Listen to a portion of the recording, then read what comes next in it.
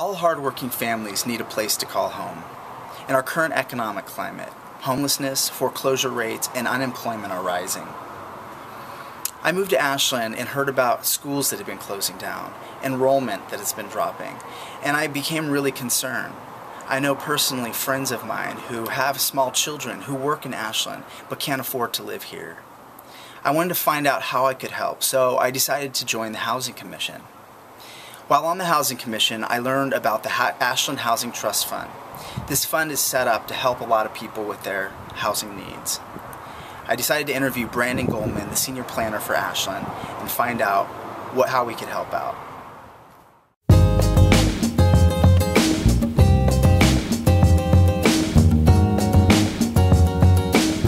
Well, my name is Brandon Goldman. I'm the senior planner for the city of Ashland and have worked on the housing program since about 2004. The inception of the Housing Trust Fund was really looking at how could we invest in the community to support housing. The reason supporting housing is so important has to do with vital businesses in our community that were having trouble recruiting employees or retaining employees that were priced out of this market. School district that was having diminishing numbers of students, and also if you look at student populations, having a stable house is one of the prime means by which a student is successful in school. The Housing Trust Fund is a way in which the community and the city could take a partnership role in helping develop housing.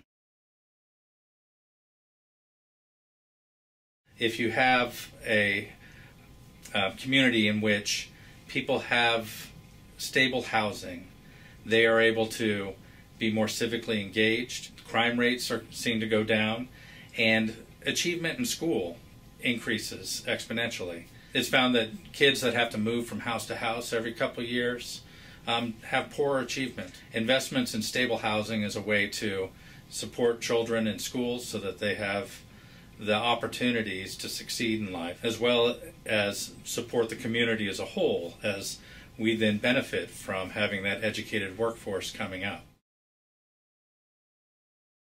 The Housing Trust Fund was set up to be pretty flexible in terms of who was an eligible applicant for the fund. A lot of seniors on fixed income qualify under federal affordable housing programs, but many do not. They make too much to qualify for low-income housing assistance, but not enough to actually afford housing or cover their costs if they're paying for their housing with their fixed income. The Housing Trust Fund is one means by which it can address that gap. People that make too much to qualify for low-income housing, but not enough to really cover all their housing costs. So I think the Housing Trust Fund is useful for a variety of households, from seniors to working families, in order to cover that gap and provide some added assistance. Again, it's not direct assistance to those individuals, but assistance to the organizations that are working day in and day out to help them. Who in Ashland is in need of housing? You have our service sector workers, which might pour that cup of coffee for you in the morning. A home health care worker that is providing assistance to your grandparent, teacher that's teaching your child, municipal workers who work day to day. All of these people at some point or another are looking at issues in terms of housing being the biggest line item in their budget. And when housing becomes so expensive that people have to cut out basic needs such as groceries, child care, health care, the community suffers. Any funds put into the Housing Trust Fund go directly to provide housing or housing opportunities for Ashland residents. Somebody giving money to the Housing Trust Fund or city resources that are put into the Housing Trust Fund through the sale of surplus city land, for instance, are assured that they're going to go to directly benefit the creation of new housing or the retention of existing housing in Ashland. By working in partnership with existing organizations, the Housing Trust Fund was envisioned that we wouldn't be duplicating the efforts that are already underway. There's a lot of successful organizations that are providing new housing for ownership, new rental housing, as well as housing rehabilitation. The state of Oregon has a housing trust fund in which funds go in and support housing statewide. Doing it locally gives a little additional latitude in terms of the city being able to direct the resources to address changing market conditions locally. One of the best ways to use those funds most efficiently is to look at properties that are vulnerable to moving out of affordability.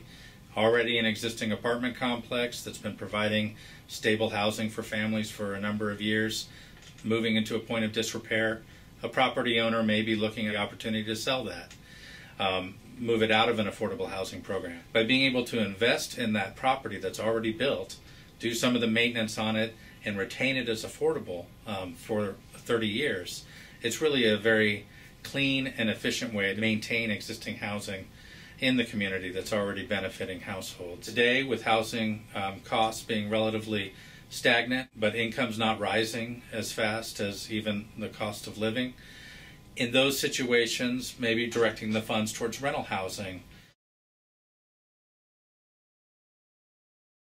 Ashland's a desirable community, as we all know. That's why most of us chose to live here. And people have a choice in terms of where they want to live. In an ideal world, we would have parity between what the incomes of the community are for the jobs that are currently in the town and the housing costs. And with that balance struck, people that work here are able to find housing here. When there becomes a gap between that income and the cost of housing, as we see between the high cost of ownership housing in the community and the incomes that are generated from essentially a service sector economy, you have hardworking families that are here that aren't able to find a place to live that's within their means. I think Ashland benefits from having a large student population with Southern Oregon University, and that student population fills a lot of jobs at the lower end of the economic spectrum. What we're seeing is some of the middle income jobs and even above median income, where an engineer for Sky Research or a teacher looking to relocate into this community takes one look at the housing costs and what their opportunities will be for ownership, and steps back from that picture knowing that they're not going to be able to have their expectations met in terms of what housing is. We talked to a number of employers in the community that said that they weren't able to recruit even management positions. And so the Housing Trust Fund was created to be flexible to the degree that it didn't just address low-income housing, but also provided opportunities to direct support to median or even people up to above median income. The higher the income level of the employee, the less likely they're to look at Ashland's housing costs favorably because they're looking at moving into ownership. It's not just a recruitment issue, it's also a retention issue. If you have somebody that's worked for your business for a number of years and has become invaluable to that business, as their skill level has increased and they're looking at their career advancement, they may begin looking outside of Ashland in order to identify a place where the income levels are more commensurate with what the housing costs are. You know, I actually don't think that a lot of what Ashland faces is unique. I think what's unique about Ashland is that we recognize that there's a problem with providing working families a place that they can call home. And how do we go about addressing that? Ashland has stepped up and tried to identify what some of those issues are, seen where as a city we can take a leadership role in helping address them. We're fortunate to have nonprofit and for-profit companies that are also seeing that direction and working to address it. So I think we're unique in that way. Work is being done on a daily basis to recognize that the community will be better in the long term if we don't postpone the inevitable and start addressing this issue head on. Well, we've been fortunate to see contributions to the Housing Trust Fund from the city through the sale of surplus property, but it's also structured in such a way that private donations can go into the Housing Trust Fund, and we have had individual donations. We've been contacted by individuals looking at donating their property, wanting to know assuredly that it's going to go to support the community, and specifically in the arena of housing. By having the Housing Trust Fund in place, it's a structure that someone can take a look at and be very clear in terms of what funds they're donating to the Housing Trust Fund and how those funds will be used to invest in the future of the community.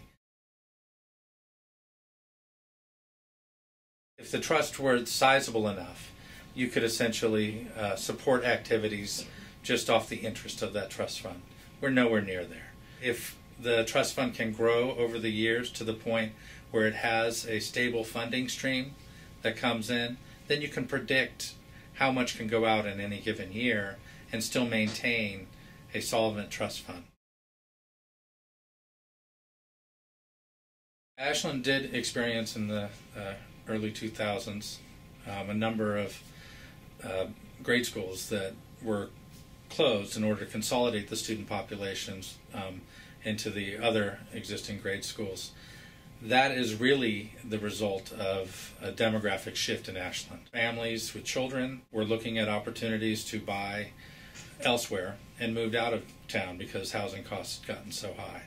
If more and more families begin to move out and children are no longer attending our school district, you could look at future school closures or larger classroom sizes as a result of that. It's vital for the schools that, and for the community as a whole, that we're a vibrant place to live in the long term.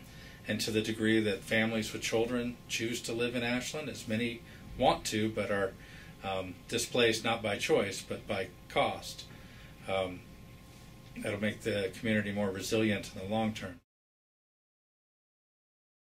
Having families with children that live in Ashland, that send their kids to school, that can provide child care for one another, you get social equity, in which is maybe not an income that you can verify in terms of financial dollars, but it is the fabric of our community. And so to the degree that we can ensure that that fabric is maintained and stronger as the years go by, the better for all of us.